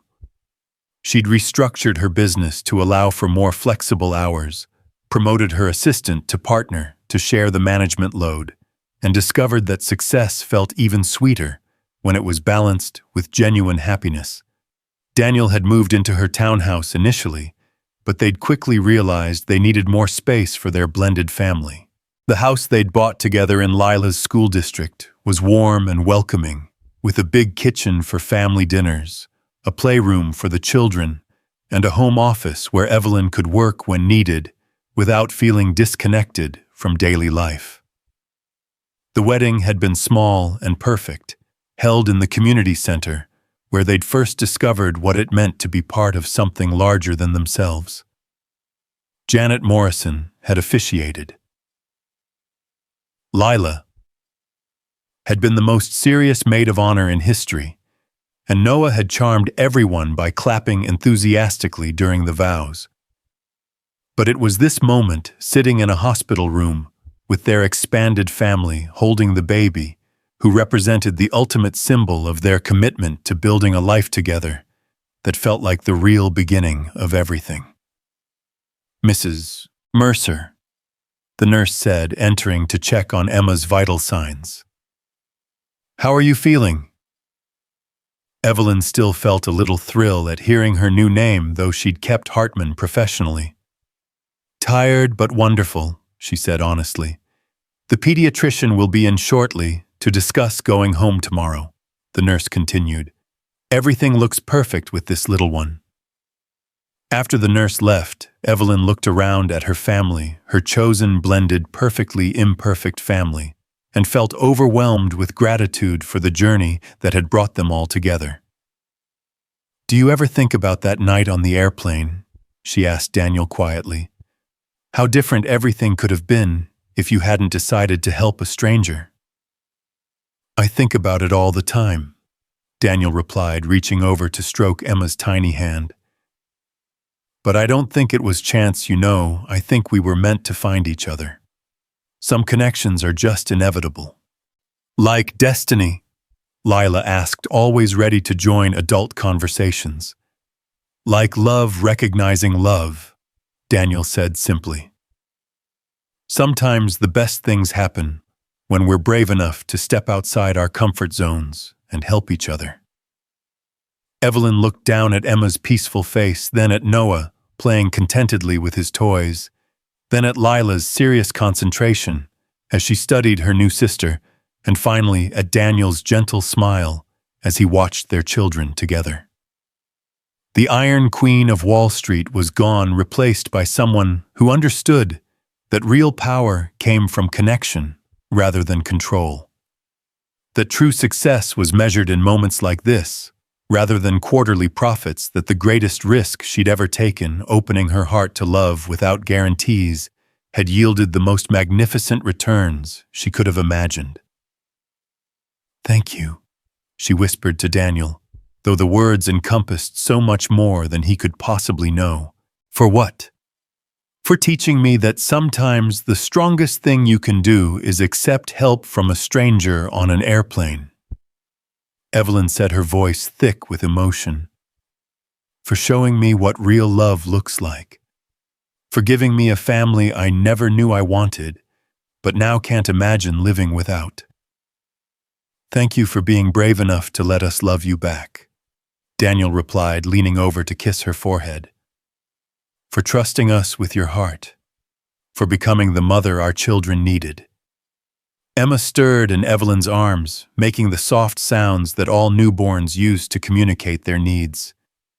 Without thinking, Evelyn began the gentle, swaying motion that Daniel had taught her on that airplane more than a year ago, the same movement that had calmed Noah's cries and opened her heart to possibilities she'd never imagined. "You're going to love this life, little one," she whispered to her daughter. "It's messy and complicated and absolutely perfect.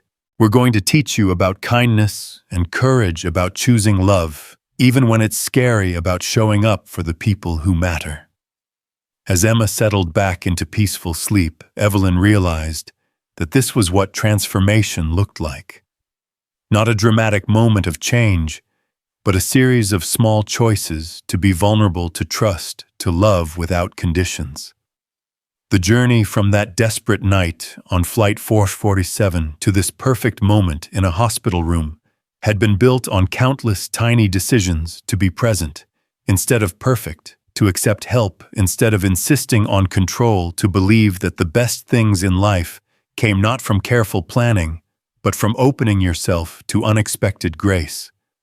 The woman who had once measured her worth in market victories and professional achievements now knew that her greatest success was sleeping peacefully in her arms, playing with toys at her feet, snuggled against the man who had taught her what real strength looked like. Outside the hospital window, Denver stretched beneath a canopy of stars, and Evelyn could almost imagine she heard the distant hum of airplane engines carrying other travelers toward their own unexpected transformations. Somewhere out there, another exhausted parent was probably struggling with a crying baby. Another stranger was deciding whether to offer help. Another heart was being prepared to discover that love was the only thing that truly mattered. The Iron Queen had become something far more powerful, a woman who understood that vulnerability was not weakness, but the birthplace of joy, that asking for help was not failure, but wisdom, that the most extraordinary lives were built not on individual achievement, but on the courage to let others in. As her family settled around her in the quiet hospital room, Evelyn closed her eyes and said a silent thank you to whatever force had brought them all together. Then she opened her heart even wider, ready for whatever beautiful chaos tomorrow would bring. The transformation was complete, but their story was just beginning.